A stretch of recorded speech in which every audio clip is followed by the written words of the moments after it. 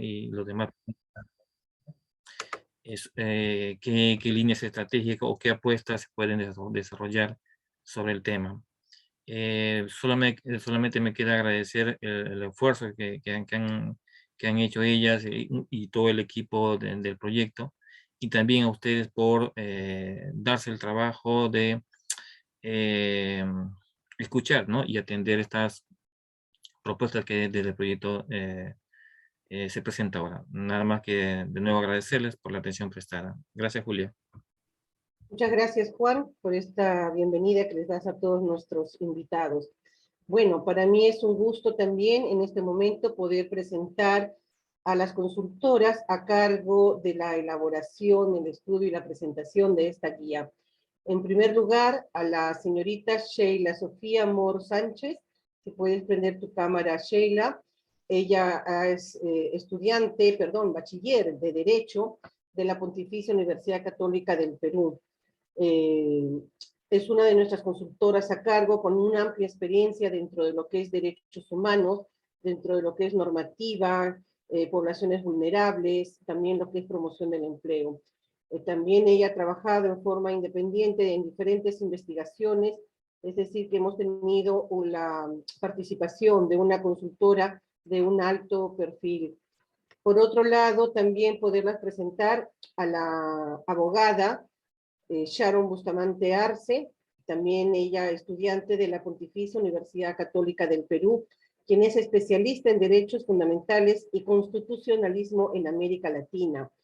Sharon, además, es adjunta de la Clínica Jurídica de la Universidad Católica y ha trabajado por mucho tiempo en lo que es el Ministerio de la Mujer. Tiene una amplia experiencia trabajando con nosotros en todo lo que es violencia de género, con el doble enfoque de discapacidad. Les doy la bienvenida también a las dos y les dejo la palabra para que ellas puedan hacer claramente la presentación de la guía. Adelante Sharon, adelante Sheila.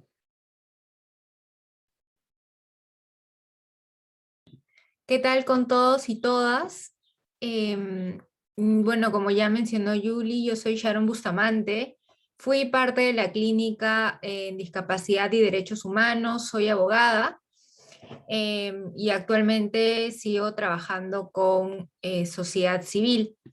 Junto con Sheila hemos sido parte de esta consultoría donde hemos buscado.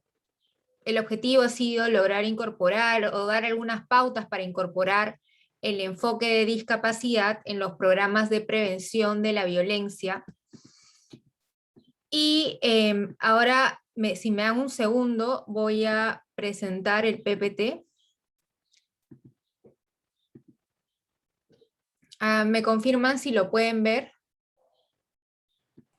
Sí, sí se ve, Sharon. Gracias. El orden de esta presentación, primero vamos a tener una introducción general a lo que es el enfoque de discapacidad, el enfoque de género, para tener una idea de por qué es tan necesario hacer énfasis en este colectivo específico de mujeres con discapacidad y también en cierta medida de hombres con discapacidad, para que nosotros y nosotras como funcionarios, funcionarias públicas, podamos ejercer o dirigir nuestras acciones buscando garantizar los derechos de todas las personas. Y en ese sentido, el nombre de este instrumento que hemos elaborado es la Guía para la Introducción del Enfoque de Discapacidad en los Programas de Prevención de la Violencia de Género y de Reeducación y Reinserción de las Personas Agresoras, dirigida a los gobiernos regionales y locales.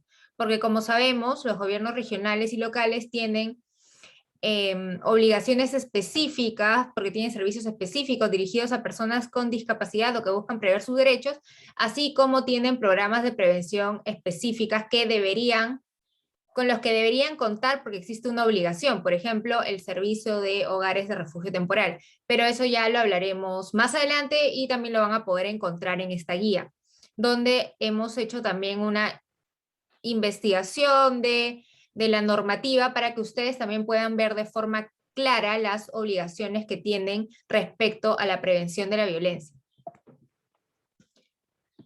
Ahora vamos a empezar con lo que es el enfoque de discapacidad.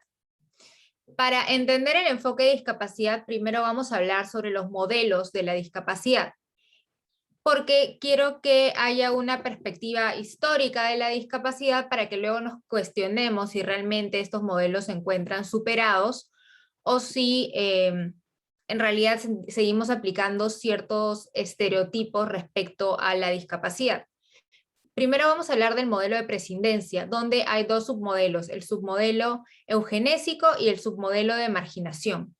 En el submodelo eugenésico hay una visión de la discapacidad como una maldición y por lo tanto se asesinaban, por ejemplo, los niños, niñas con discapacidad porque se consideraba que una vida de una persona con discapacidad no merece la pena ser vivida y era un castigo en realidad. Entonces, se asesinaban estas personas, es decir, se tenían prácticas eugenésicas. Luego, si pasamos a un modelo de marginación, que de todos modos se enmarca en este modelo de prescindencia. ¿Por qué prescindencia? Porque se busca, digamos, alejar o separar a las personas con discapacidad de la sociedad en general.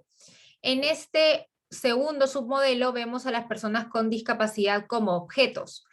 Y estas personas son objetos de compasión, temor o rechazo, y en realidad van a tener un rol sobre todo se van a desempeñar en labores de mendicidad y van a ser objeto, por ejemplo, de ayudas de la iglesia, por ejemplo, pero no se van a encontrar incluidos en la sociedad, ¿cierto? Va a haber una visión hacia ellos de compasión.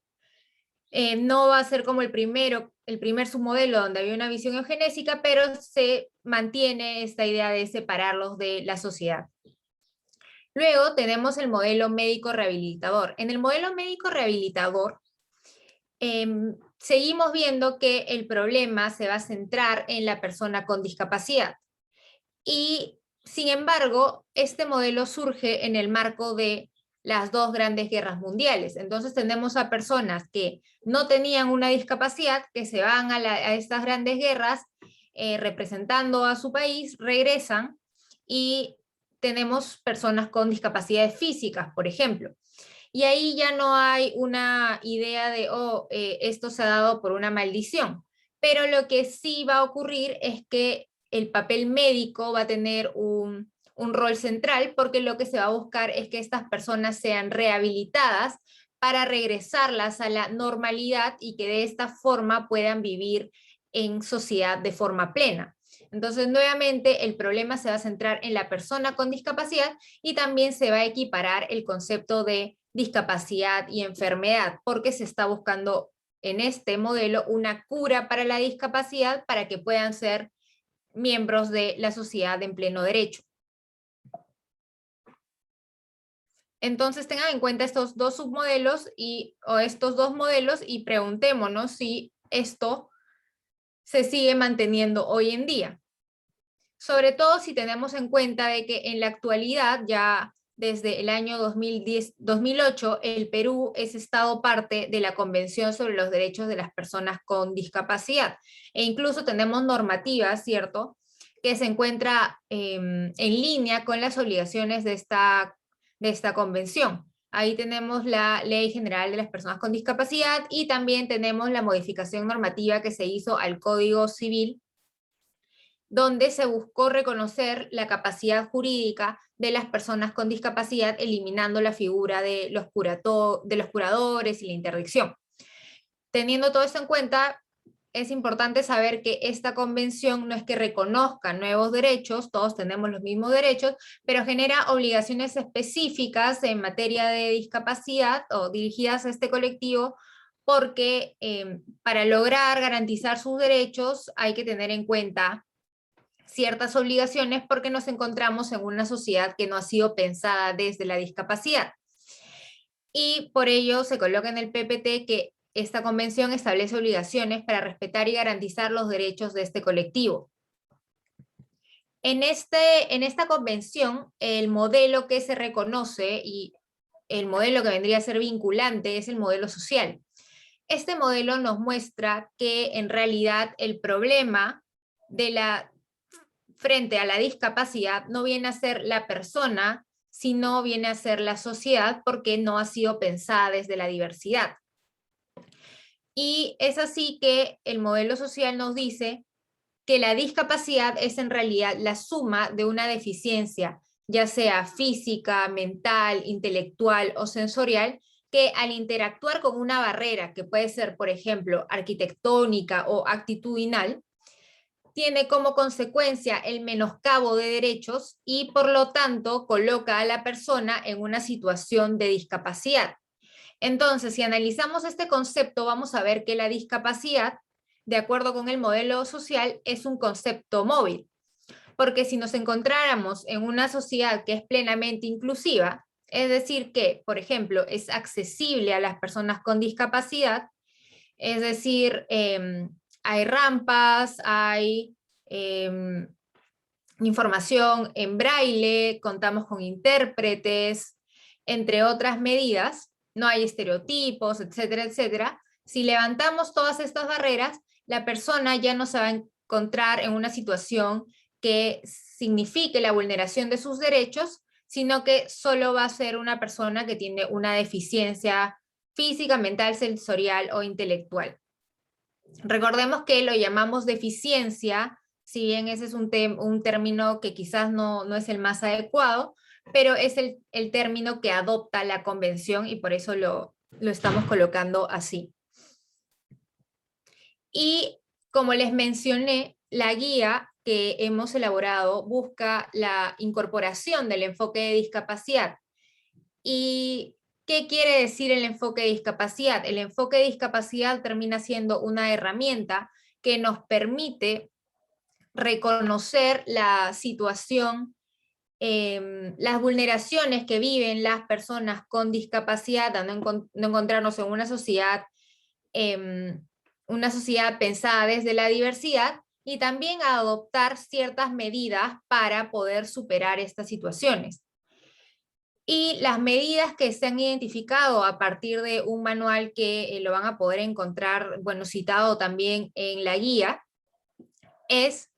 y que también estas 4 medidas, como sabemos, se encuentran reconocidas por la Convención sobre los Derechos de las Personas con Discapacidad, van a ser el reconocimiento de la capacidad jurídica, la erradicación de estereotipos, la accesibilidad y los ajustes razonables.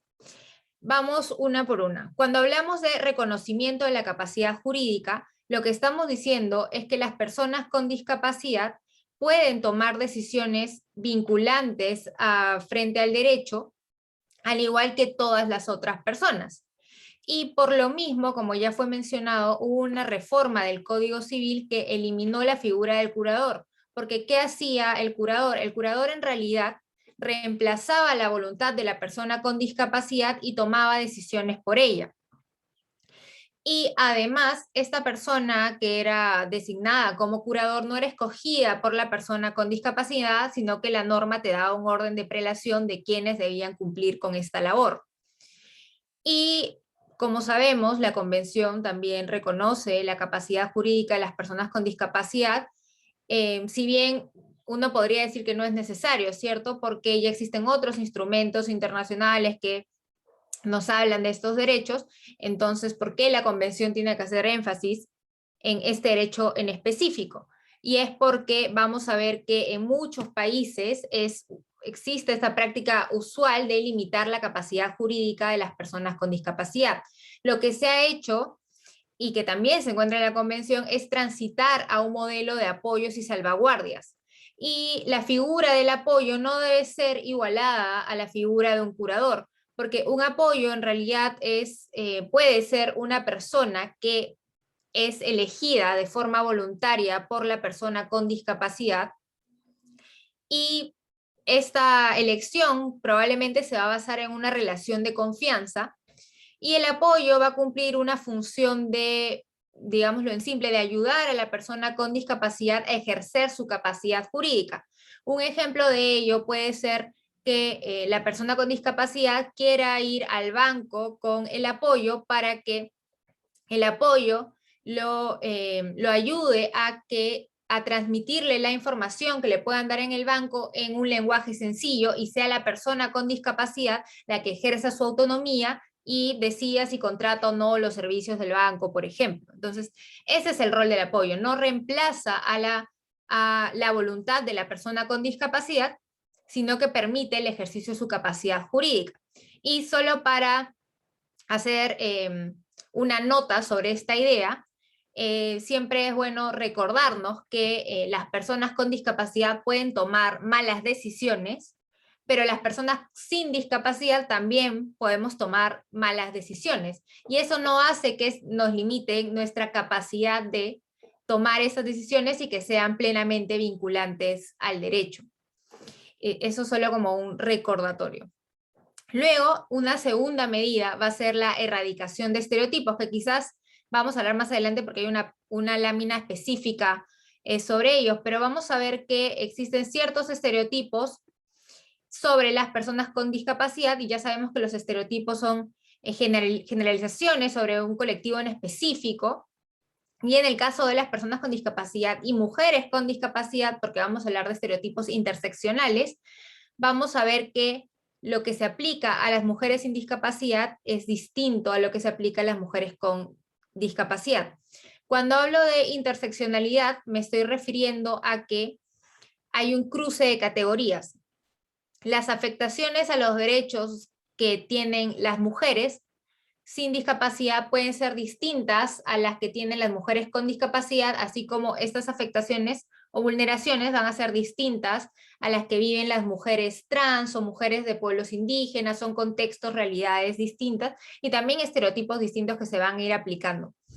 Entonces, por ello es importante tener en cuenta un enfoque interseccional en las medidas de prevención de la violencia de género. Luego vamos a ver cómo aplicamos la accesibilidad. ¿Qué quiere decir la accesibilidad? La accesibilidad es una medida ex ante y general y obligatoria. Ex ante porque se debe aplicar antes de que suceda el hecho que requiere la medida de accesibilidad. Ya debe estar ahí la medida adoptada. Por ejemplo, no es necesario que una persona con discapacidad necesite ingresar al edificio, a un edificio, para que ya exista una obligación de que una rampa deba ser colocada en ese edificio. Nosotros ya podemos prever que eventualmente va a haber personas con discapacidad física que van a necesitar rampas para poder movilizarse.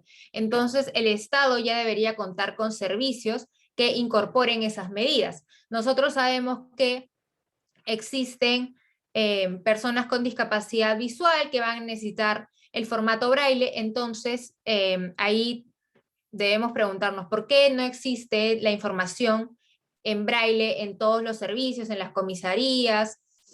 ¿Por qué no podemos acceder a este formato? Y si sabemos que hay personas con discapacidad auditiva, ¿por qué no tenemos intérpretes de señas en los servicios del Estado?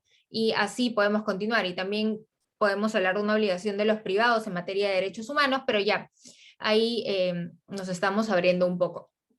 Entonces, estas medidas de accesibilidad ya son medidas que se pueden prever, que son obligatorias y que permiten de forma general al colectivo de personas con discapacidad garantizar sus derechos.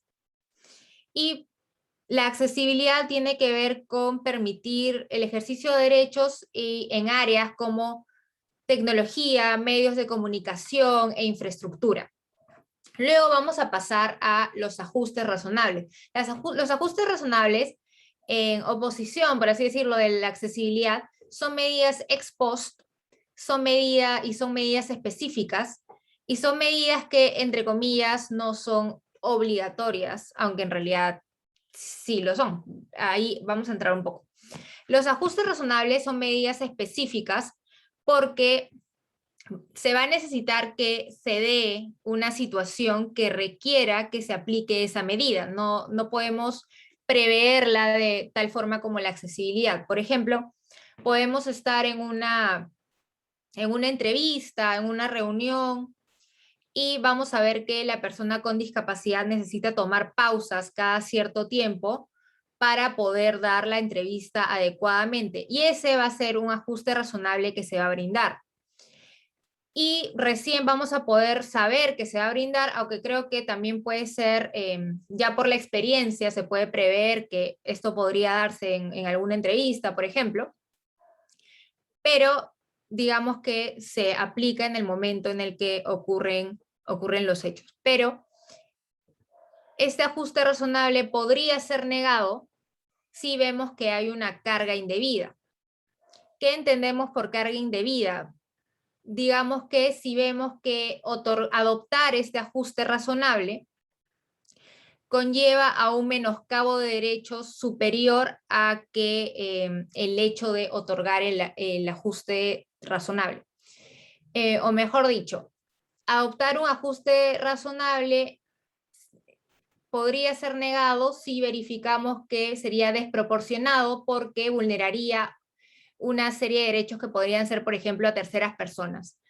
Pero digamos que muchas veces las personas creen que los ajustes razonables están directamente relacionados con el costo que puede significar implementar el ajuste, cuando en realidad también debemos ser conscientes de que los derechos no son gratuitos, ¿cierto? Y somos servicios, y que tenemos que tener en cuenta de que muchas veces para garantizar derechos va a haber una inversión monetaria y que además muchas veces el garantizar los derechos no va a superar el hecho del gasto financiero que puede existir. Y en este punto, con los ajustes razonables, ya estaríamos cerrando los 4 criterios que hemos tomado en cuenta para la incorporación del enfoque de discapacidad en esta guía. Igual, si ustedes tienen cualquier duda, vamos a tener una sección de preguntas al final de esta presentación. Ahora vamos a hablar sobre la violencia de género. Como sabemos, la violencia de género es un problema público porque vamos a ver que la violencia de género es un fenómeno que se encuentra generalizado en nuestra sociedad debido al sistema sexo-género que coloca a las mujeres en una posición de inferioridad frente al hombre. Ahí existe una relación de poder. Y vamos a ver que las manifestaciones de este sistema sexo-género se van a ver en el problema público de discriminación estructural que enfrentan las mujeres en su diversidad. La discriminación estructural, como podemos ver en este gráfico que se está presentando, que me parece lo pueden encontrar en una de las políticas públicas sobre género, ahorita no recuerdo exactamente cuál.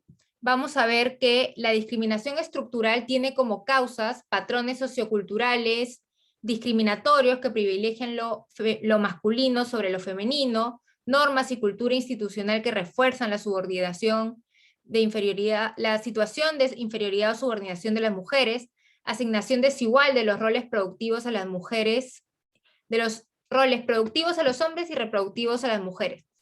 Y aquí vamos a ver que en la práctica, lo que nosotros tenemos en nuestra sociedad son roles y atributos y estereotipos distintos, ¿cierto?, entre hombres y mujeres. Por ejemplo, los hombres van a tener el rol de proveedor, mientras que las mujeres se les aplica el rol de ama de casa, de esposa, de madre.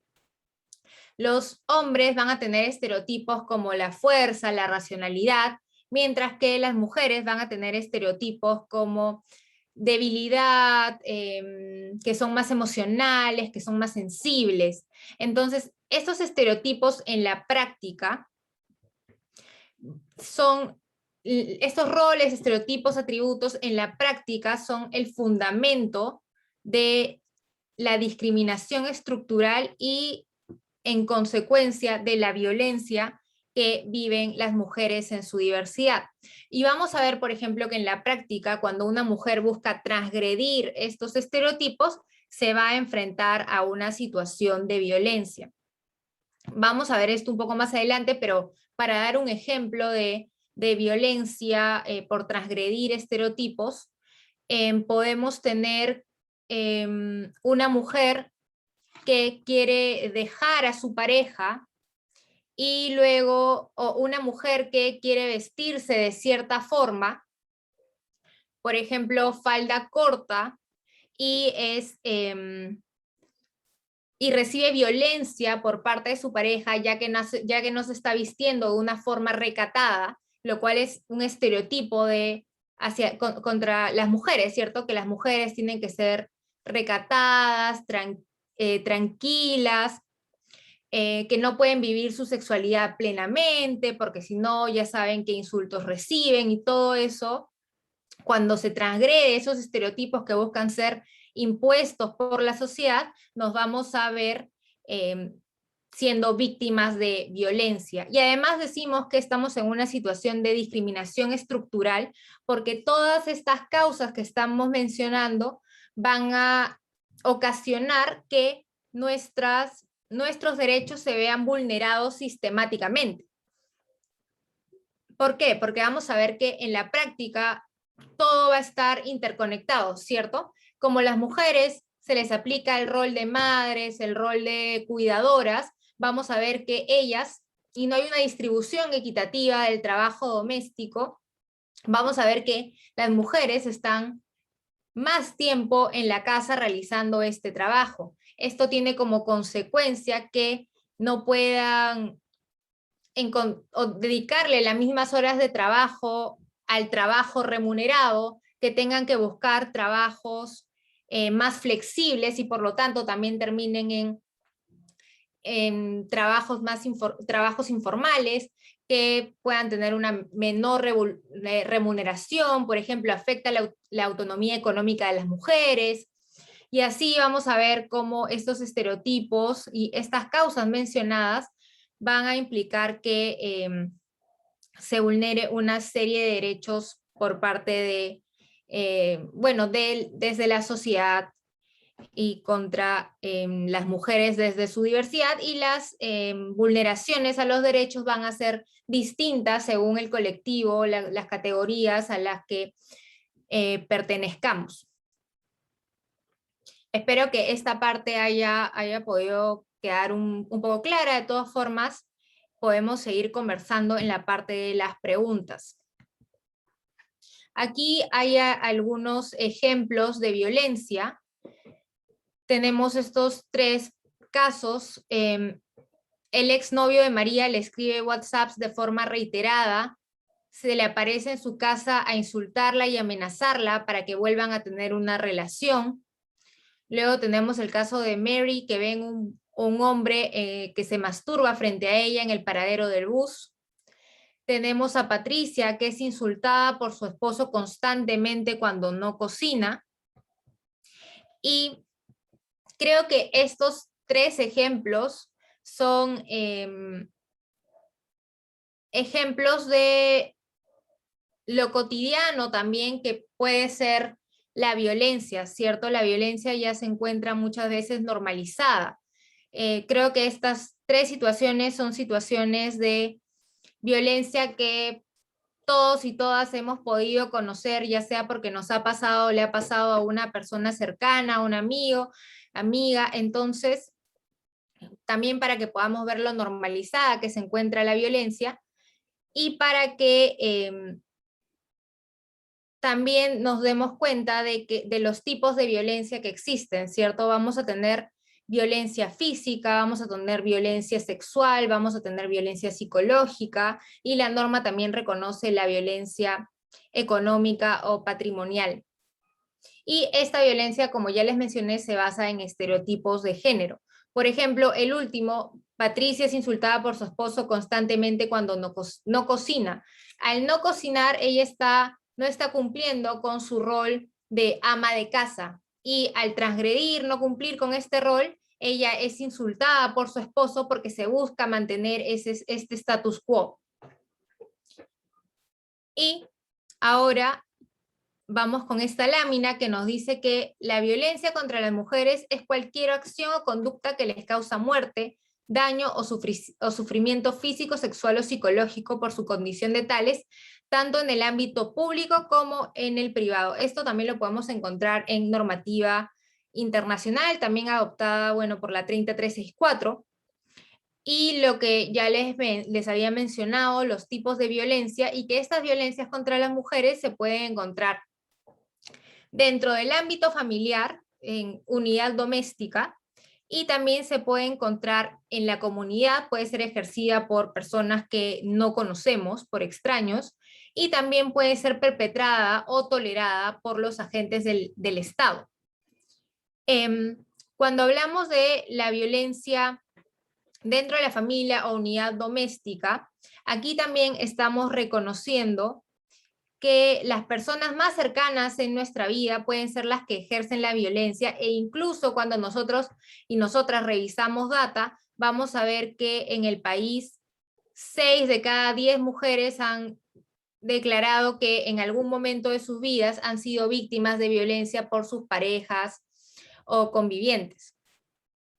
Después, cuando hablamos de que la violencia puede ser perpetrada o tolerada por los agentes del Estado donde quiera que ocurre, también estamos recordando que muchas veces son los agentes del Estado que aplican estereotipos de género, por ejemplo, al no recibir una denuncia por violencia porque creen que la persona se merecía el acto de violencia por cómo se vestía, o porque es mujer y probablemente se estaba insinuando, o cuando no activan las alertas en el caso de desaparición de mujeres y dicen, no, seguro se fue a una fiesta y por eso aún no regresa. En todos estos contextos vemos que se están aplicando estereotipos de género y que por lo tanto estamos ante situaciones de violencia. Ahora vamos a pasar a la siguiente lámina, donde vamos a hablar de una violencia de género que es específica hacia personas con discapacidad.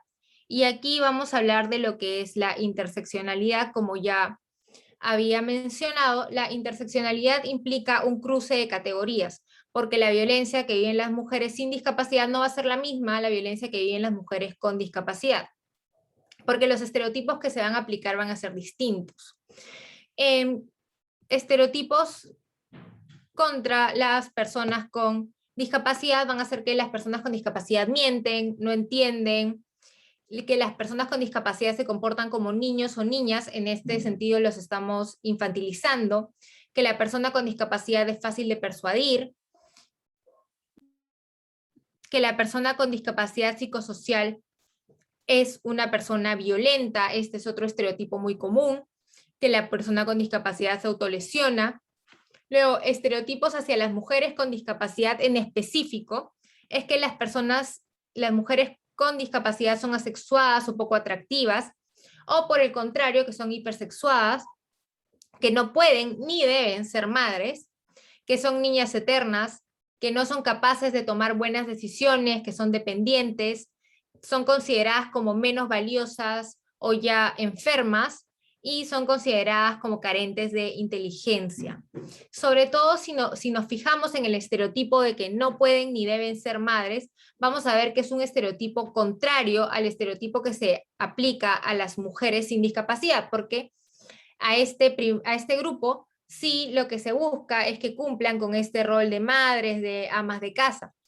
En cambio, en el caso de las mujeres con discapacidad, muchas veces se les niega sus derechos sexuales y reproductivos, sus derechos a formar una familia, porque se considera que ellas no se encuentran en la capacidad de ser madres, o incluso se les niega sus derechos porque les dicen que sus hijos también podrían tener una discapacidad, entonces mejor no seas madre, además de que no vas a poder ser una buena madre, y otros estereotipos que se aplican y que tienen como consecuencia actos de violencia, negación de derechos.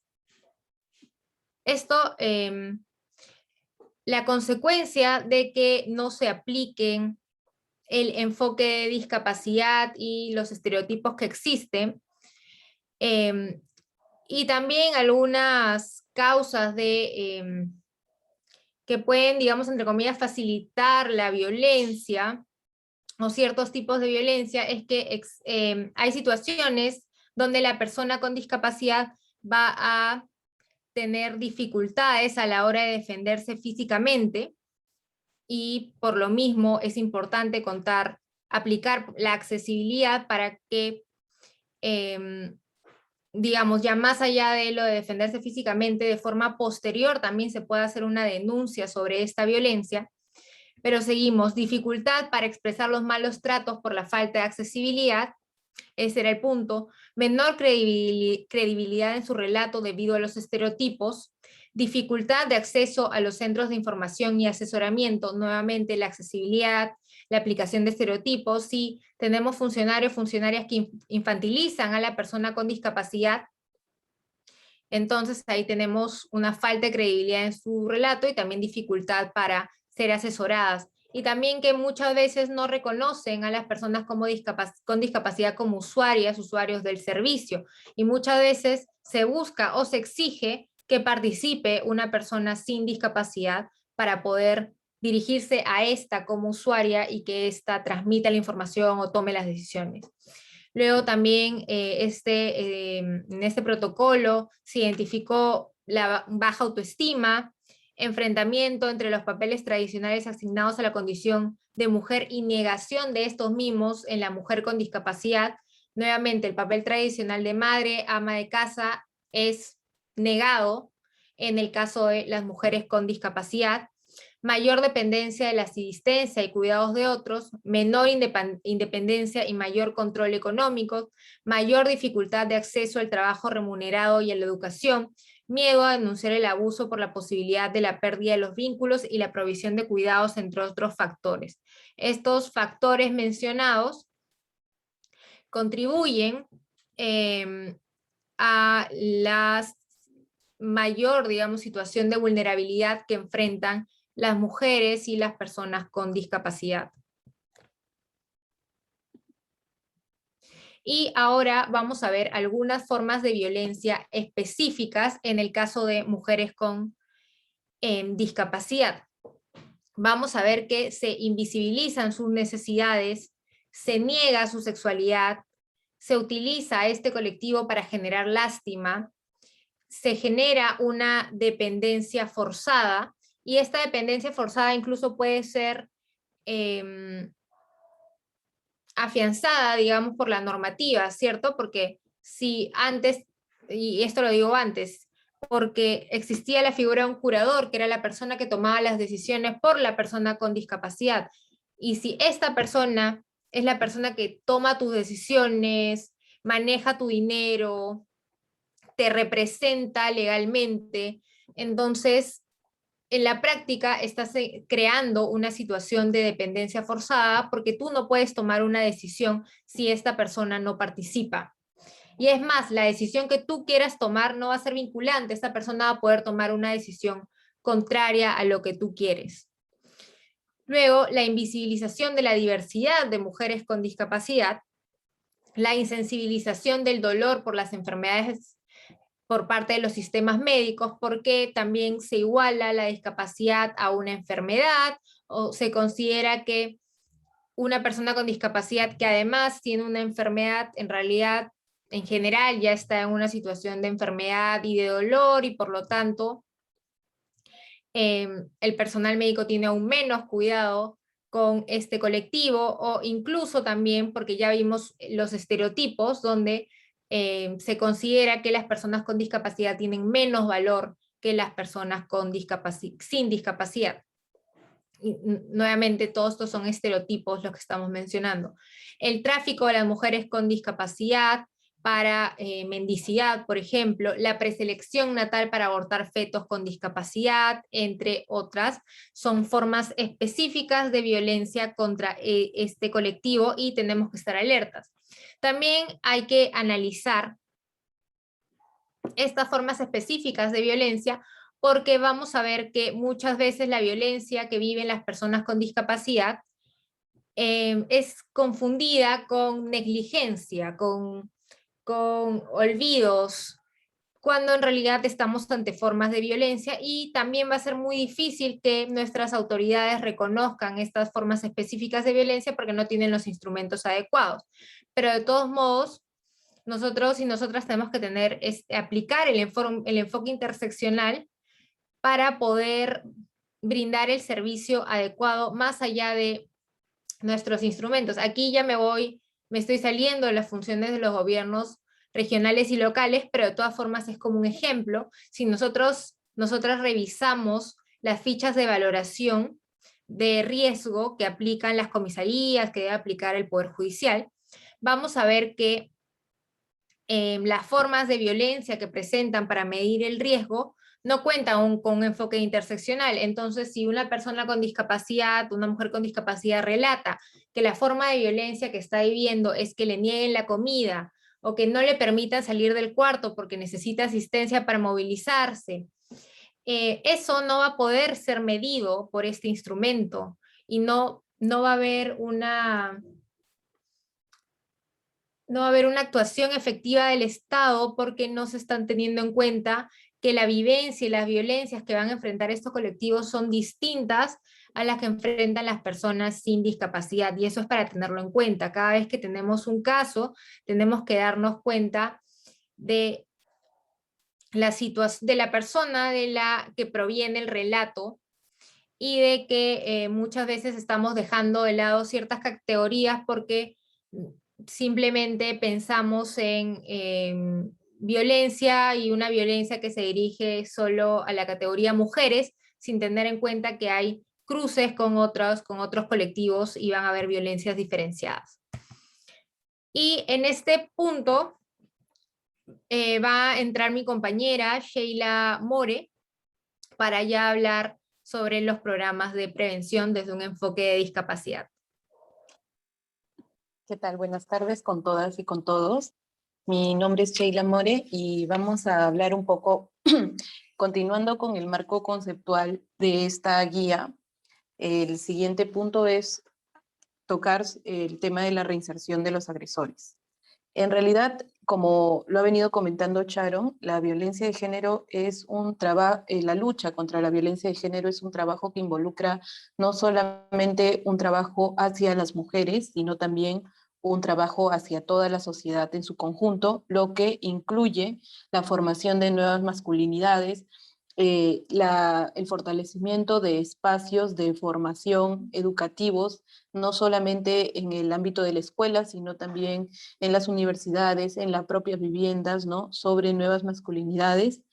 Y para ello, en todo caso, de parte de las gerencias competentes y de la UMAPET y la OREDIS, será importante la coordinación también con la gerencia social, gerencia de educación, para que se puedan desempeñar acciones en favor de la formación de masculinidades que rompan con los estereotipos de género que Sharon ha estado explicando con anterioridad.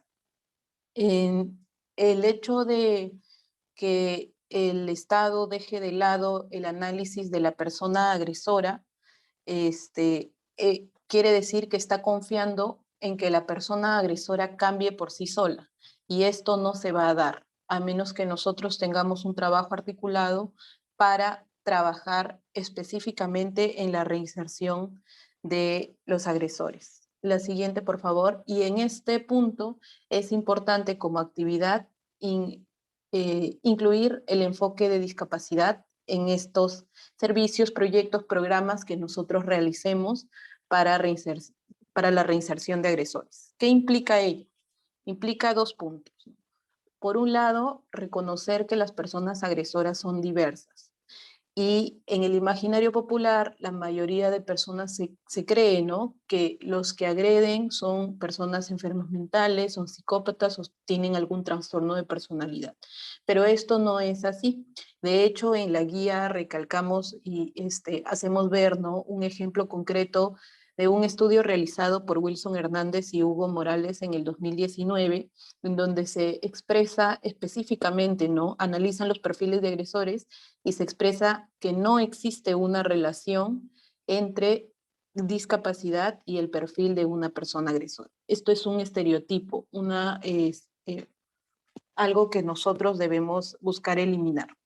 Y lo segundo, que implica reconocer que las personas agresoras son diversas, es que debemos evitar el enfoque clínico para abordar las estrategias de reinserción de personas agresoras, y en su lugar tenemos que incorporar un enfoque interdisciplinario.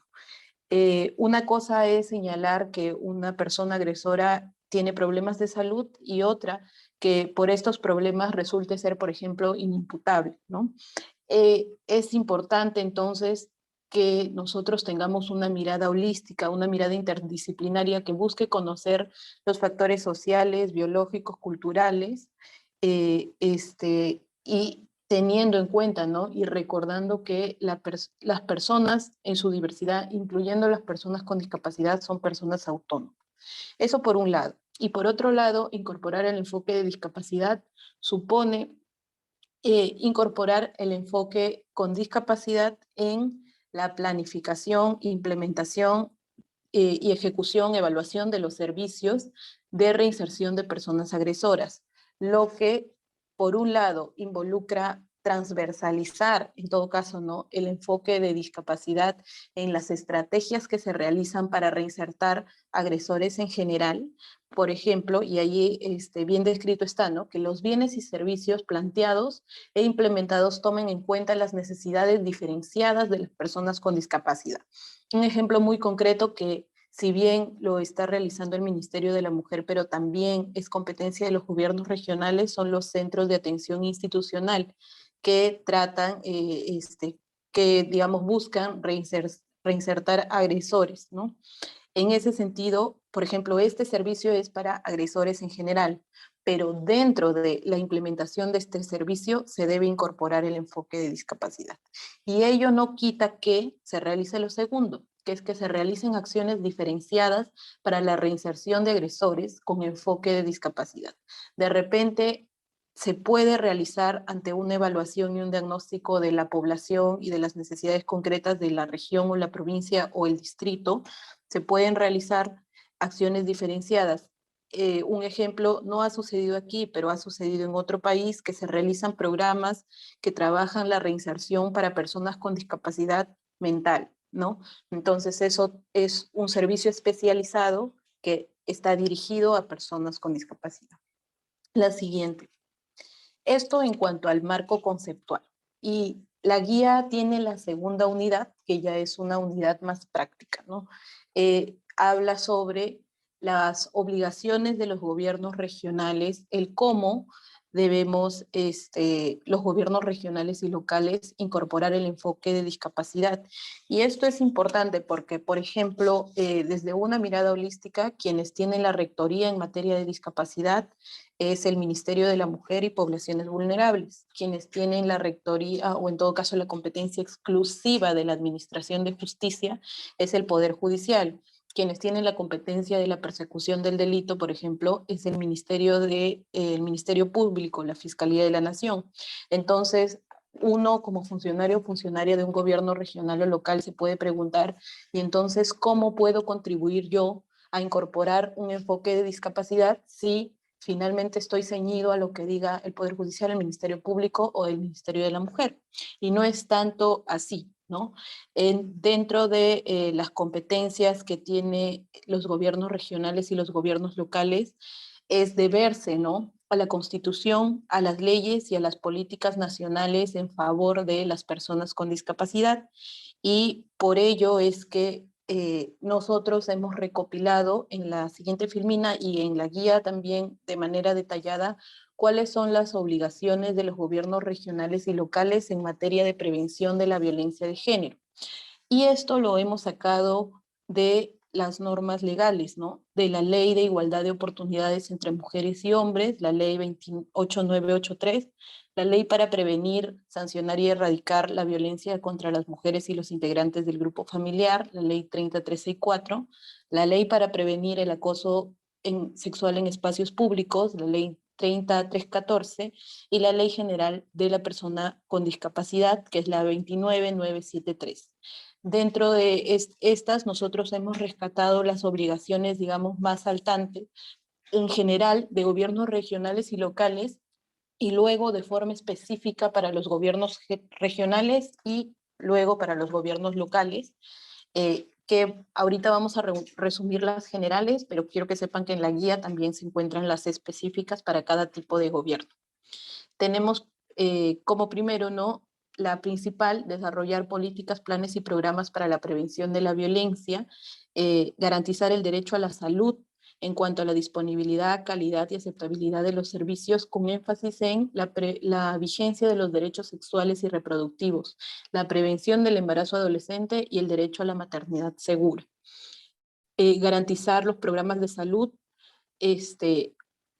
sin discriminación, promover el desarrollo pleno y equitativo de todos los niños, niñas y adolescentes, asegurándoles una educación sexual integral, y perfeccionar el sistema de estadística oficial. Por ejemplo, las 3 primeras que habría mencionado tienen mucha relación con la articulación que podría hacer la OREDIS y la OMAPEP con las DIRESAS, ¿no?, las Direcciones Regionales de Salud.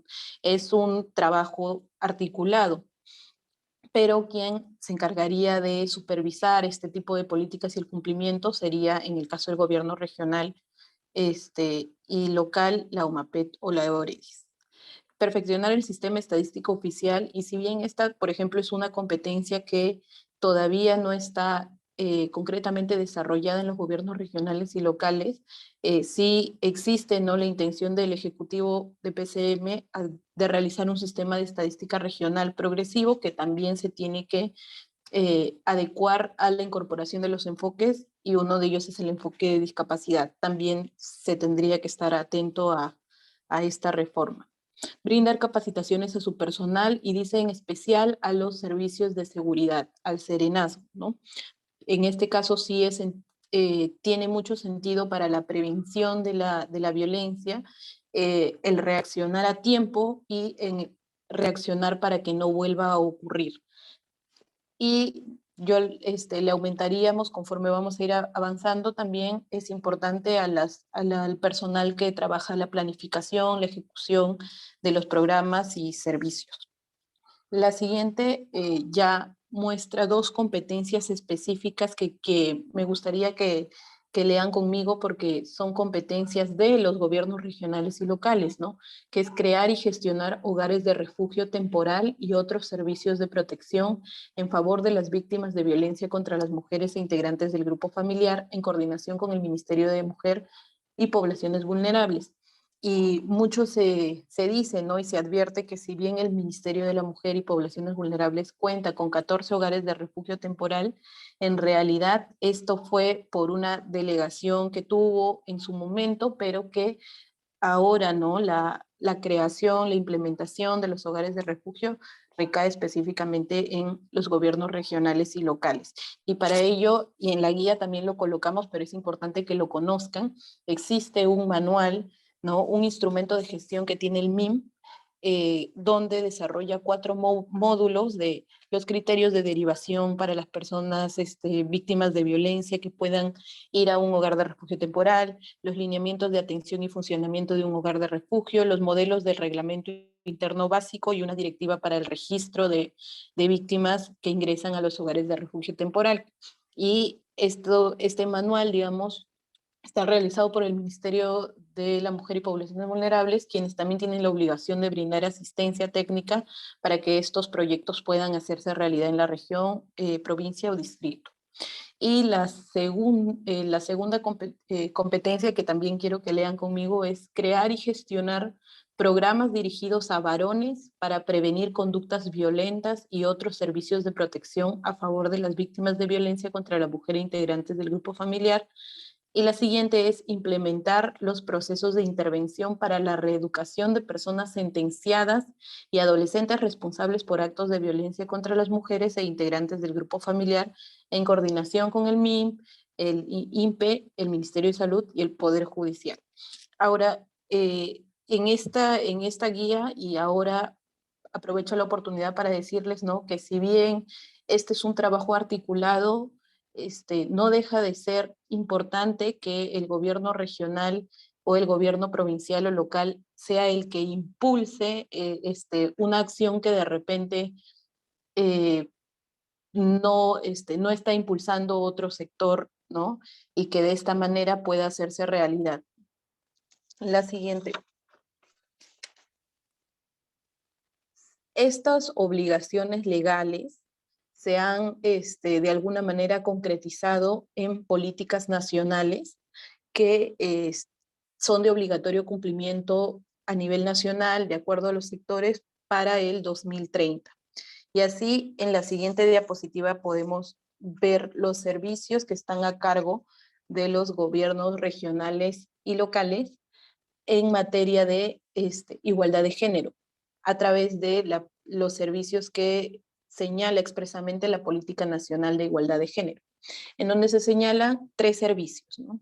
Provisión a nivel nacional de métodos de planificación familiar oportuna, con pertinencia cultural y de calidad, atención de consejería y consejería especializada para la población adolescente en salud sexual y reproductiva libre de violencia, promoviendo relaciones igualitarias de manera oportuna con enfoque de género y pertinencia cultural, y el aseguramiento y consejería a las familias para combatir las responsabilidades de cuidado. Estas son obligaciones que, si bien como proveedores sale MINSA, también salen los gobiernos regionales y los gobiernos locales según corresponde. Entonces es importante que estos servicios al 2030 estén implementados en cada uno de sus jurisdicciones. Y la siguiente política es la Política Nacional para la Multisectorial en Discapacidad para el Desarrollo al 2030, que menciona algunos servicios relacionados a la prevención de violencia, como asesoría en materia de para fortalecer la participación social de las personas con discapacidad, el sistema de apoyos y autonomía y vida independiente para las personas con discapacidad, orientación y soporte en integración familiar, capacitación laboral para personas con discapacidad para promover la autonomía económica, dotación de mecanismos de orientación y asesoramiento para las personas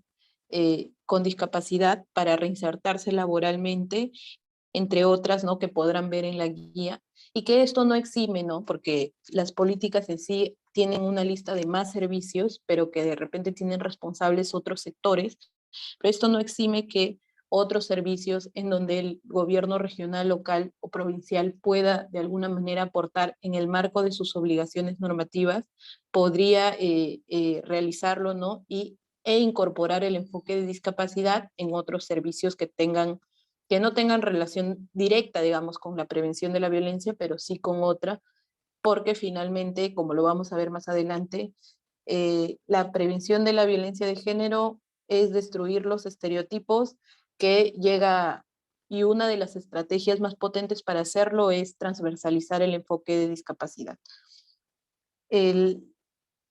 La guía también comenta los servicios de prevención identificados, las obligaciones de la Oficina Municipal de Atención de las Personas con Discapacidad, la Oficina Regional de Atención a las Personas con Discapacidad, y los servicios que están a cargo del MIN ahora, ¿no?, como el Centro de Atención Institucional, el Centro de Emergencia Mujer, y otros servicios, ¿no?, que son los observatorios regionales de la violencia contra las mujeres y los hogares de refugio temporal. Esto lo podrán ver, ¿no?, determinado. La guía clasifica mucho en la incorporación del enfoque de discapacidad, como lo ha mencionado Charo, en 4 rubros, ¿no?, en erradicación de estereotipos, el reconocimiento de la capacidad jurídica, accesibilidad y ajustes razonables, y esto se va a ver reflejado en cada uno de los roles de cada uno de los servicios de prevención identificados.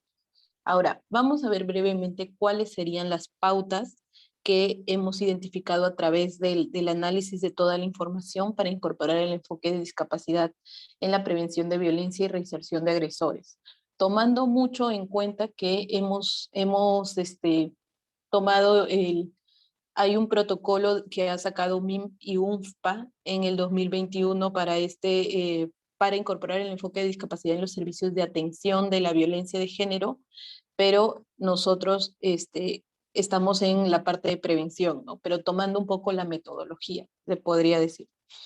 Las pautas para incorporar el enfoque de discapacidad que hemos visto se dividen en 3 bloques.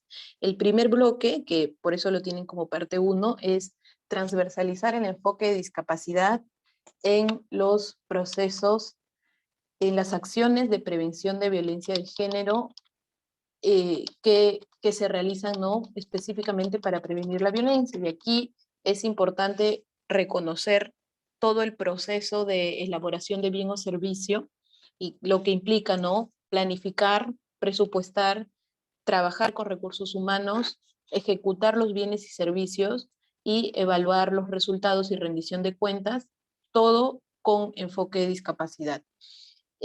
Nuevamente aquí la metodología también tiene mucho que ver con el Decreto Supremo 5/2021 del MIM que sacó sobre los lineamientos para transversalizar el enfoque de género en la gestión pública, ¿no?, que también trabajaba estos 5 rubros y que nosotros hemos intentado trabajar con el enfoque de discapacidad. El primero, respecto a la planificación, la anterior, por favor. La planificación ayuda a la sostenibilidad de las actividades en favor de las personas con discapacidad. En ese sentido, va a ser importante que en el gobierno regional, provincial o local, al momento que planifique las actividades en las diferentes direcciones, tenga en cuenta este enfoque, ¿no? El segundo es el presupuesto, y aquí es importante reconocer lo que dice el artículo 6 de la Ley General de la Persona con Discapacidad, que señala que se deben asignar progresivamente los recursos presupuestales necesarios para la promoción, protección y realización de los derechos de la persona con discapacidad y promover la cooperación internacional en esta materia.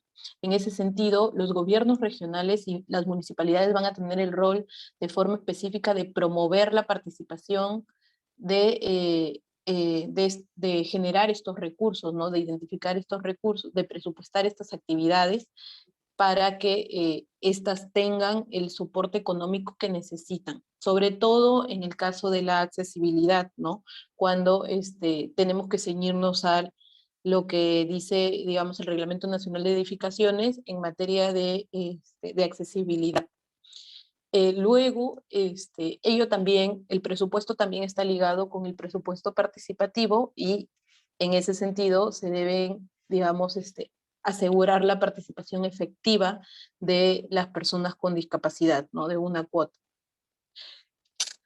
El tercer criterio es ser recursos humanos sensibilizados y capacitados con enfoque de discapacidad, y para ello es importante, ¿no?, que recursos humanos en general se pueda realizar o las acciones necesarias para no solamente que el personal esté sensibilizado con la problemática también, sino también capacitado para intervenir o en acciones a favor de la promoción de los derechos de las personas con discapacidad, o en todo caso, si es que su actividad no se liga a ello, a incorporar el enfoque, las necesidades diferenciadas de las personas con discapacidad en las acciones que desarrollan. Respecto a los bienes y servicios, esto también podemos incorporar el enfoque de discapacidad en esto, tanto en los bienes y servicios que se hagan, sobre todo en la ejecución, ¿no? Y en la guía, por ejemplo, ponemos ejemplos en erradicación de estereotipos. De ser un servicio presencial, por ejemplo, ponemos que durante toda la interacción es importante que la comunicación no verbal sea coherente con la verbal, que no se generen falsas expectativas, que se asegure que las personas con discapacidad logren una comunicación efectiva con la entidad y tengan la posibilidad de acceder y conocer la información necesaria para ejercer sus derechos y deberes, que no se generalice a las personas con discapacidad, como Sharon ha estado viendo, ¿no? Todas no entienden, todas no, eso es un estereotipo, ¿no? Se debe ver consultar el caso concreto, pues cada situación de discapacidad es única. En ese sentido, también mostramos otras pautas para ejecutar, digamos, bienes y servicios con enfoque de discapacidad. Y finalmente, respecto a la evaluación de resultados y rendición de cuentas, también incorporamos pautas como que la evaluación en general de las acciones debe estar orientada a la disminución de los valores de prevalencia de la violencia de género hacia las personas con discapacidad o estereotipos capacitistas, que se se garantice la accesibilidad de la información con el objetivo de que las personas con discapacidad puedan revisarla y retroalimentarla de ser necesario, que se promueva la participación de las personas con discapacidad en los asuntos públicos y en ese sentido, ¿no?, se debe también realizar un control por parte de la ciudadanía con participación efectiva de las personas con discapacidad de la evaluación de los bienes y servicios públicos. La segunda parte de estas pautas para incorporar el enfoque con discapacidad se centra específicamente en la reinserción de agresores. Y para ello, en la siguiente diapositiva podemos ver los pasos para incorporar el enfoque de discapacidad en las acciones de reinserción de agresores. Y la primera es fortalecer las redes de coordinación con las entidades que sancionan a las personas agresoras de violencia de género. En este sentido debemos recordarnos que el gobierno regional, el gobierno provincial o el gobierno distrital no califica a una persona en su condición de agresor o agresora, sino quien realiza esa acción es el Poder Judicial. Y en ese sentido se deben fortalecer estas redes de comunicación con las instituciones y los servicios de atención de la ruta de las víctimas de violencia con la finalidad de identificar estos perfiles de las personas agresoras en su región y poder elaborar de repente diagnósticos que puedan contribuir a la realización de los servicios o de repente a la difusión de información a través de los observatorios regionales. El paso 2 es asegurar que el servicio de reinserción y reeducación de personas agresoras tenga, ¿no?, las pautas que nosotros hemos desarrollado en la guía para implementar bienes y servicios con enfoque de discapacidad. El paso 3 es implementar el servicio con personal calificado y protocolos sin discriminación. Es importante decir esto, sobre todo en un servicio donde se ha visto mucho la discriminación que ha existido hacia las personas con discapacidad y la voluntad que tienen estas de reinsertarse a la sociedad y de no cometer otro acto de violencia de género. En ese sentido, es importante que el personal no excluya a las personas con discapacidad del servicio de reinserción de agresores. Y el paso 4 es el seguimiento constante mediante entrevistas con formatos accesibles, lenguaje claro, de las personas que han participado del programa. Finalmente, la parte 3 de las pautas, la siguiente diapositiva, es fortalecer el marco normativo en la prevención de violencia de género. Y el gobierno regional y local debe siempre tener presente, o por lo menos de haber publicado, la ordenanza regional, provincial, distrital para prevenir y sancionar el acoso sexual en espacios públicos. Debe haber aprobado una ordenanza que cree su comisión, comité o grupo de trabajo para la igualdad de género. En este caso, para los gobiernos locales es una recomendación, pero como una recomendación que promueve los derechos de las personas con discapacidad y los derechos de las mujeres, se tendría que, sería una buena práctica realizar, una práctica casi necesaria. Y la tercera es crear la instancia regional, provincial, distrital de concertación para la lucha contra la violencia de género, y esto va de la mano con la instancia regional, que quien es la entidad que ve el tema de los observatorios regionales, provinciales, para la eliminación de la violencia de género. Esto, la guía básicamente busca incorporar este tipo de acciones, pero reconociendo, y en todo momento lo viene diciendo, ¿no?, que las discapacidades son múltiples y como tales depende mucho digamos, adecuarse al caso concreto y es muy importante la generación de información sobre las discapacidades que existen en la región, provincia o distrito, porque se puede, digamos, estar dejando de lado un tipo de discapacidad o de repente casos concretos que requieran los ajustes razonables necesarios si es que no se tiene en cuenta la aplicación del enfoque de discapacidad. Eso es básicamente lo que queríamos compartir con ustedes. Doy el paso a Charo.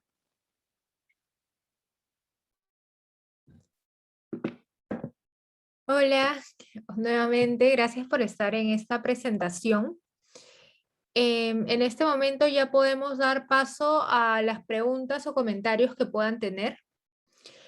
Em, Posteriormente, esta guía va a ser difundida con todas y todos a fin de que pueda ser un instrumento que esperamos sea útil para incorporar el enfoque de discapacidad en los programas de prevención, pero también en todas sus labores como funcionarias públicas.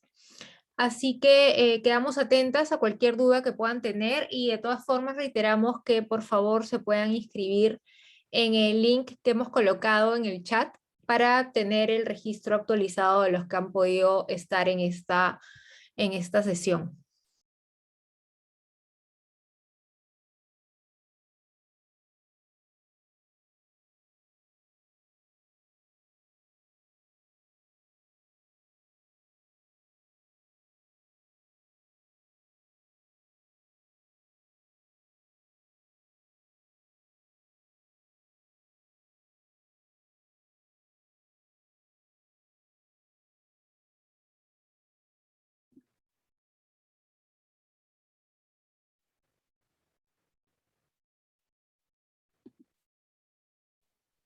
Creo que los que quieran participar pueden activar sus micrófonos y nosotros los escuchamos o también nos pueden escribir a través del chat y leemos las preguntas y comentamos. También pueden levantar la mano porque creo que los micrófonos están Sí, por favor, les bloqueados. pedimos en todo caso levantar la mano para activar el audio. Correcto.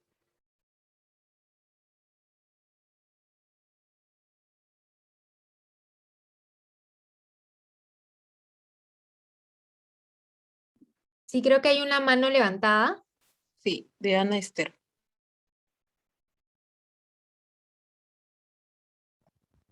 Buenas tardes, doctora Sharon. Buenas tardes a todas las personas que están en esta sala.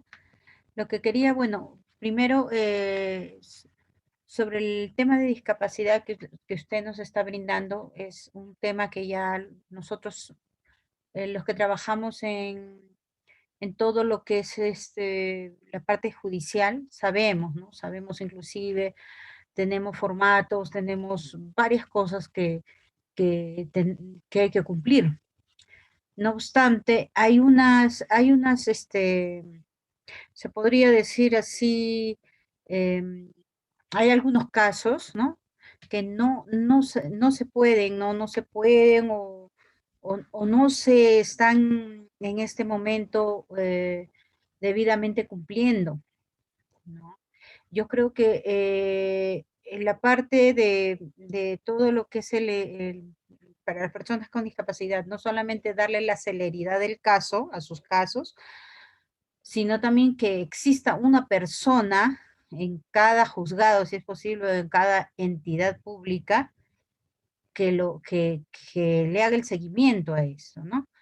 A veces a veces existen, hay una formación de comités, etcétera, pero las personas con discapacidad, lamentablemente yo siempre he visto, no le dan la prioridad de vida, ¿no? A sus casos.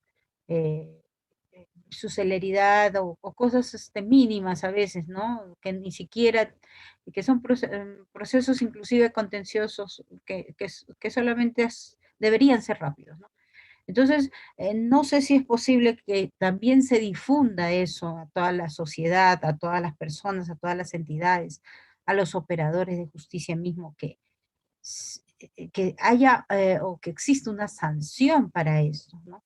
A mí me parece que ya debe existir una sanción. Mira, si tú no haces esto, tienes esta sanción, ¿no? Porque está la ley, están las normativas, vemos a las personas, queremos incluirlas, somos pocos las personas, se podría decir así, que sí tenemos esas ganas de, de incluir a estas personas, ¿no? Muchas veces inclusive yo tengo, bueno, el gusto de conocer a la Asociación de Sordos Mudos de la región. Ellos, bueno, he aprendido lengua de señas por ellos, Entonces, ellos se quedan sin nada, o sea, en la calle vienen, me llaman por WhatsApp y me hablan molestos. Y usted sabe, para estas personas, en el caso de discapacidad auditiva, ellos su molestia se ve, ¿no? Se ve en sus rostros y todo. Entonces, no sé si hay alguna forma de no solamente de cuando sale en la televisión el intérprete de lenguas, sino que también que se empuje más este tema, doctora Sharon, porque se está dejando atrás a muchas personas, a muchos chicos que entre ellos, si bien es cierto, se ayudan, se enseñan las lenguas de señas para poder comunicarse entre ellos, pero el Estado y muchos operadores de justicia no están haciendo caso a lo que deben, a lo que deberían, ¿no? Eso es lo que yo quisiera aportar y pedir, ¿no? Si es posible hasta suplicar que ellos sean incluidos en esto, ¿no? Están muy alejados, no tienen, en algunos casos, ¿no? Hay algunos programas inclusive, si esto saliera al aire, si lo que usted está haciendo acá saliera al aire, tendría de todas maneras como algo obligatorio tener un intérprete de lengua de señas, porque al no haberlo, ellos prácticamente no se sienten incluidos, se sienten como que los desprecian, ¿no? Esa es su forma de expresarse, ¿no? De decirme eso. Entonces, quiero por medio de usted y de las personas que están inmersas en esto, si bien es cierto, sí, la misma violencia que ocurre entre ellos y el bullying que les hacen por ser sordos mudos, porque ellos viven muy tristes, su vida es muy triste de ellos. Entonces, la única forma de saber es nosotros aprender cómo poder comunicarnos con ellos, incluirnos, ¿no? Como ellos para poder. Entonces, hay que hacer ya sanciones, penas, algo en las leyes, porque dice, ahí está la ley tal, que sí, que van a hacer, pero al final nadie hace caso a la ley, nadie lo está haciendo. Ahora hay programas inclusive de las mismas instituciones que no están incluyendo ahí a un intérprete de lengua de señas para que realice el trabajo. Ellos me llaman a mí, como le repito, por el WhatsApp, por videollamada, pero no les puedo yo ayudar, ¿no? Porque todas las entidades, yo no soy el presidente de la República para hacer una cosa así, o el Congreso, ¿no? Que dedique ya una ley con sanción. Mira, tú no atiendes a estas personas, es más, es como decir aprender el quechua, ¿no? Si nosotros estamos en esta región más o menos, las palabras mínimas, ¿no? Aprender un hola, un chau para poder, ¿en qué te puedo ayudar, ¿no? En quechua para que nosotros podemos, así también a los sordos mudos, también integrarlos a todo lo que es, ¿no? La sociedad. Gracias, doctora. Muchas gracias por la participación. De todas formas, ahí como comentario, nosotros queremos contarles que este instrumento de todas formas fue validado por organizaciones de sociedad civil, organizaciones conformadas por personas con discapacidad. Participó la Mesa de Derechos Humanos y Discapacidad, en específico la Comisión de Género. Entonces, solo para comentarles que este instrumento también ha pasado por un proceso de validación. Luego, sobre la participación, creo que es importante decirles que nosotras somos conscientes de que falta sensibilizar sobre el tema de discapacidad. Muchas personas, funcionarios, funcionarias del Estado incluso, no conocen lo que es el modelo social, no están familiarizados con la convención, no están familiarizados incluso con la normativa en materia de discapacidad. Y si nos vamos a la 30364 y otras normas específicas de género, vamos a ver que vamos a colocar, por ejemplo, como los enfoques que son transversales a esta normativa, el enfoque interseccional, el enfoque de discapacidad, pero notamos que en la práctica nadie sabe de qué estamos hablando.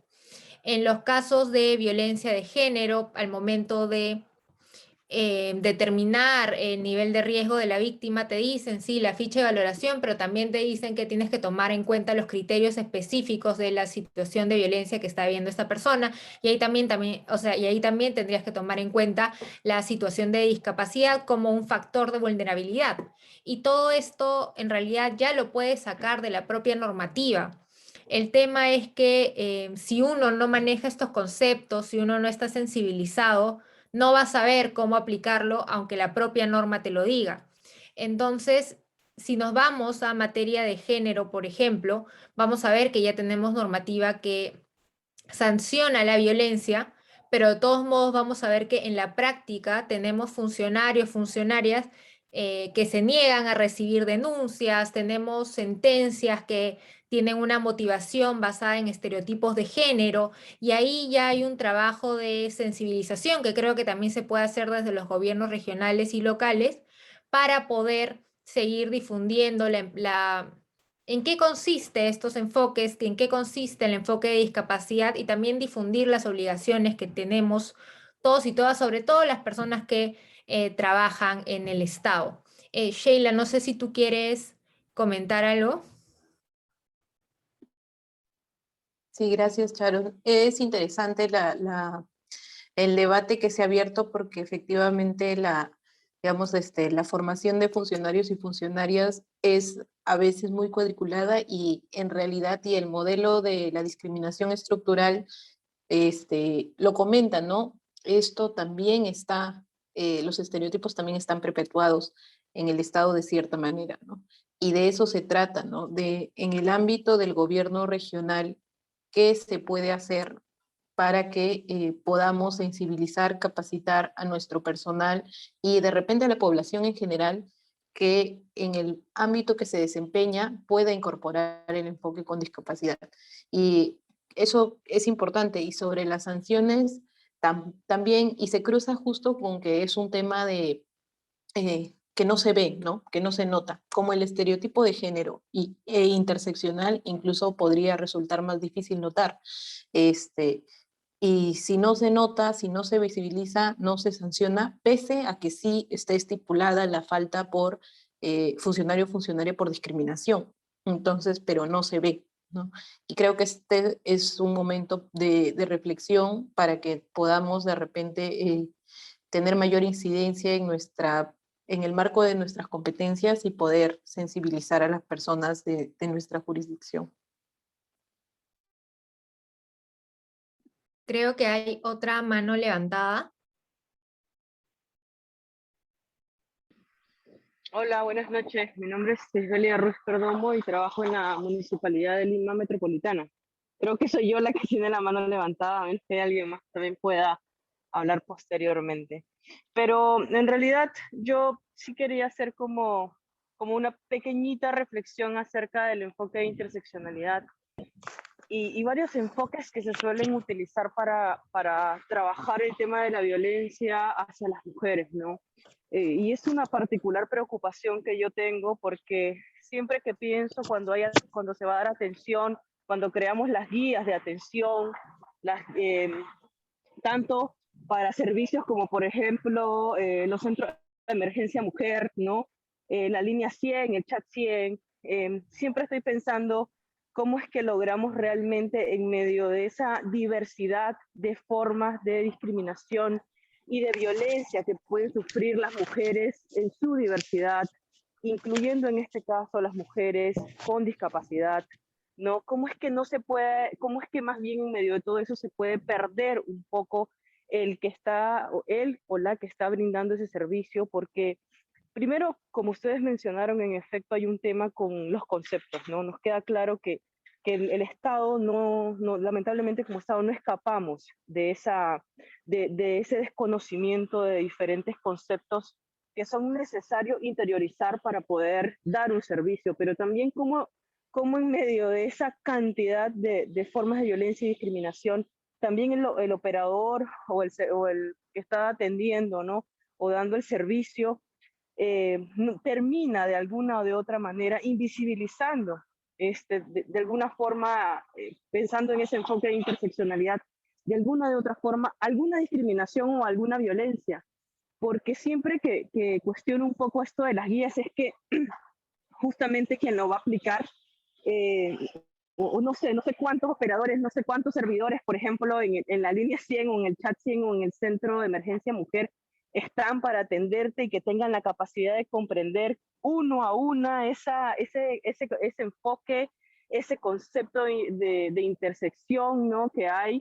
Entonces siento que ahí hay un problema grave, ¿no? Si es que, igual también cuestiono que no necesariamente en un solo espacio debería haber un especialista por cada tema, pero considero que ahí hay una necesidad también de tener mayor personal, una mayor capacidad del Estado en términos de contratación de muchos más especialistas con temas específicos, porque no es cierto que un especialista que entiende y conoce la temática de discapacidad vaya a comprender, por ejemplo, la atención clara a un adolescente o a una adolescente que ha sufrido violencia basada en género. Y si esa adolescente además tiene una discapacidad y si esa adolescente además es una persona LGBT, entonces siento que es mucho, ¿no? Es como también pedir mucho a un servidor o una servidora pública que está dando una atención, pero que además ni siquiera, y perdón que lo voy a decir, ni siquiera los salarios necesariamente dan como para que esa persona tenga las 1000 capacitaciones.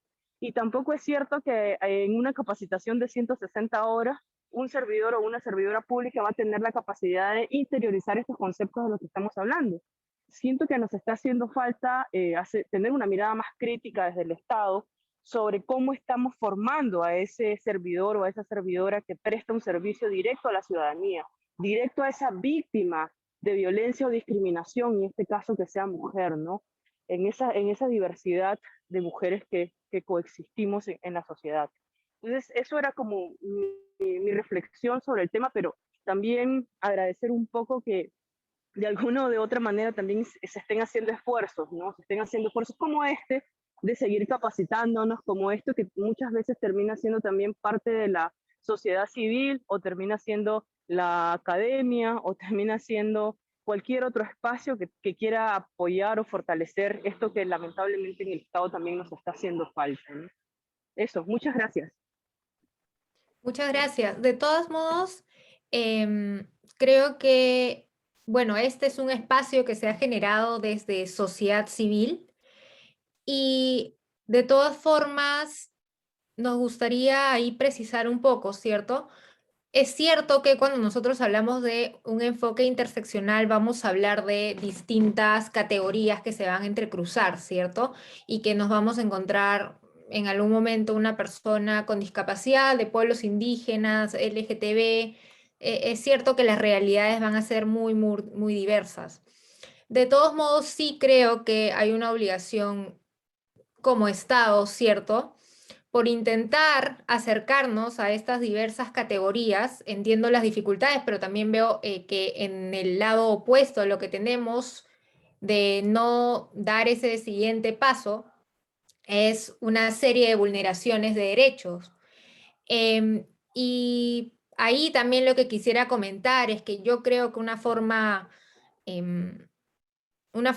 importante y efectiva para empezar a comprender estos enfoques es incluir a las personas de las que se habla en estos enfoques, ¿cierto? Porque nosotros tenemos el enfoque de discapacidad, el enfoque de género, el enfoque de intercultural, etcétera, etcétera, y bueno, desde el Estado se generan ciertas normas para estos colectivos, pero muchas veces se pierde el tema de la participación, la consulta a estos colectivos. Entonces, nosotros en realidad, si no interactuamos con la diversidad, es muy poco probable que logremos realizar una labor que realmente responda a sus necesidades porque no los estamos haciendo parte de las soluciones que estamos creando como funcionarios, funcionarias que muchas veces quizás ni siquiera son las soluciones adecuadas.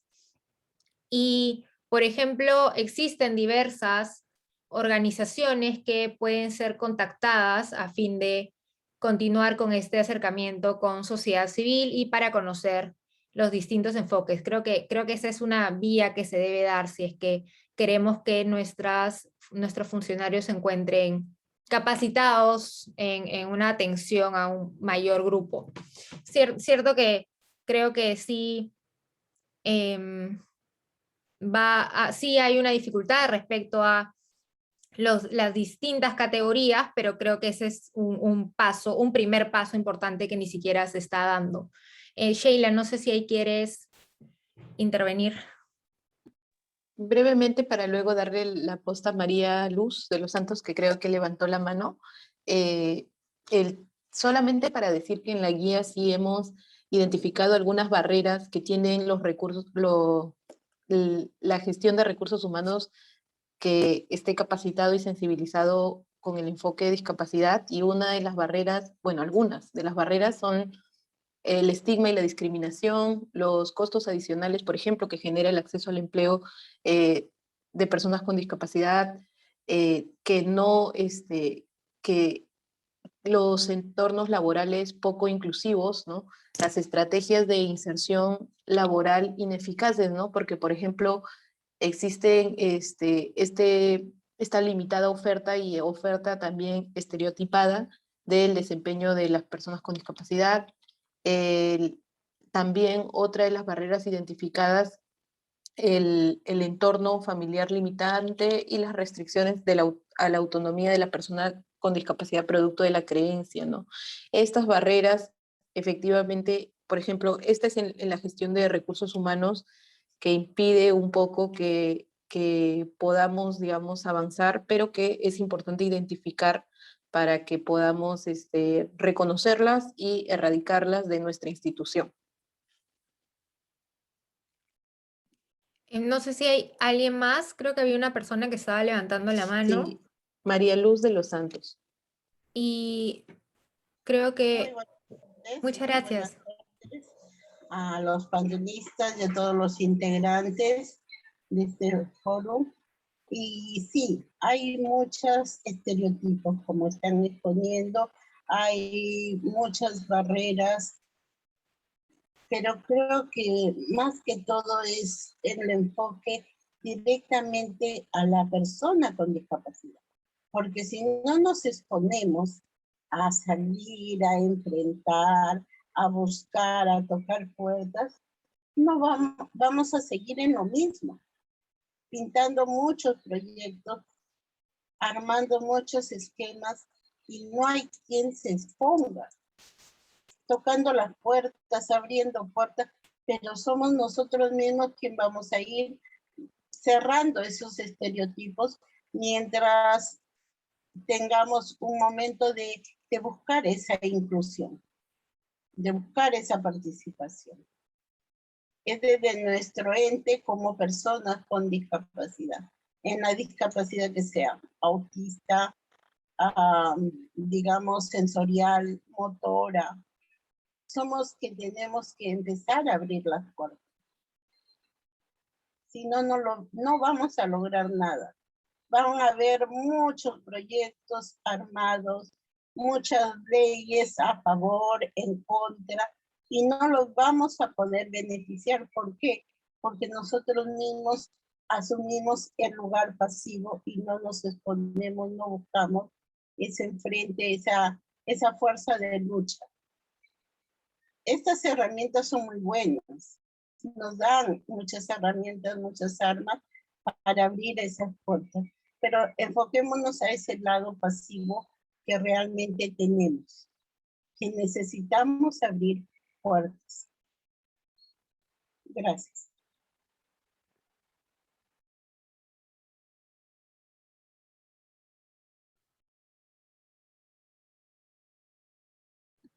Muchas gracias, María Luz, por tu participación. Y claro, nuevamente hacemos énfasis en la importancia de la participación de las personas con discapacidad en la toma de cualquier decisión, sobre todo aquellas decisiones que los conciernen.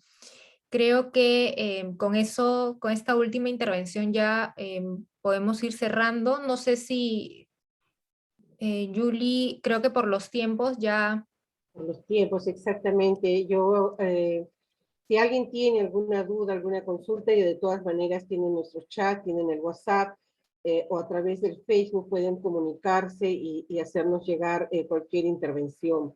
Yo quiero agradecer a Sharon, agradecer a Sheila por el compromiso y el trabajo que han tenido arduo, porque es un trabajo de varios meses para poder llegar a la culminación de esta guía y a la presentación del día de hoy. Voy a dar el pase ahora a Luzmila Murodine. Ella es presidenta de la Comisión de Damas Invidentes del Perú. CODIP, FENAMODIP y la Frater son organizaciones que trabajan de la mano con nuestro proyecto hacia una sociedad pacífica e inclusiva, defendiendo los derechos de las mujeres con discapacidad en Perú. Luzmila está a cargo de las palabras de cierre y agradecimiento a todos y cada uno de las personas que nos han acompañado, tanto a través del Facebook en vivo, como a través de este Zoom. Nuevamente reitero mi agradecimiento a Sheila y Sharon. Adelante, Luzmila. Muy buenas noches con todas y todos los presentes. Como se ha dicho, soy presidente de Comisión de Damas Invidentes del Perú, una organización representativa de las mujeres con discapacidad visual a nivel nacional. Y bueno, nos complace gratamente haber podido escuchar sobre esta guía que se nos ha presentado y que esperamos sean utilizadas en los gobiernos regionales y en los gobiernos locales. Hemos escuchado las diferentes intervenciones, tanto reclamando por sanciones por incumplimiento de las normas existentes, como el desaliento un poco por que el Estado no contempla mayor elementos más capacitados y gente más preparada para asumir este reto. Pero entendemos que justamente lo que anhelamos las personas, las mujeres con discapacidad, es el derecho a la igualdad y no discriminación. Y esperamos esa toma de conciencia por parte de los funcionarios y servidores de la administración estatal. Ese compromiso de servicio que se tiene para con la ciudadanía y con la ciudadanía de que es víctima de situaciones de violencia. Entonces, esperamos esa respuesta. Se les facilita esta guía, que es un elemento de apoyo para que puedan mejor cumplir con esa función encomendada y realmente podamos ir ganando poco a poco esto, el que realmente la inclusión sea efectiva y plena, y que nos permita a nosotras, las personas con discapacidad, el ejercicio pleno de nuestros derechos. Muchas gracias por vuestra asistencia y siempre a disposición. Muchas gracias. Voy a pedirles, por favor, si puedan todos y todas prender sus cámaras para tomar la foto clásica, ya que no estamos presencialmente, todo es a través del Zoom, poder contar con la foto de rigor. Los que no tengan cámara, no se preocupe, José, no hay problema. Y los que tengan la cámara, por favor, pedirles que puedan aperturarla.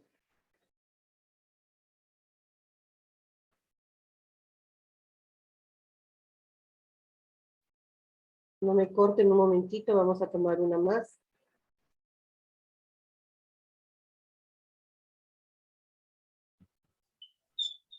Un momentito. Vamos a prender cámaras, la siguiente. Una más.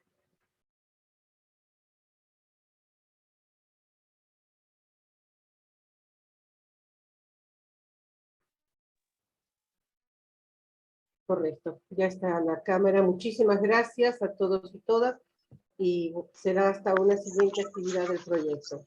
Gracias. Gracias también a ustedes. Gracias. Gracias, muchas gracias. Muy buenas noches. Buenas noches. Gracias.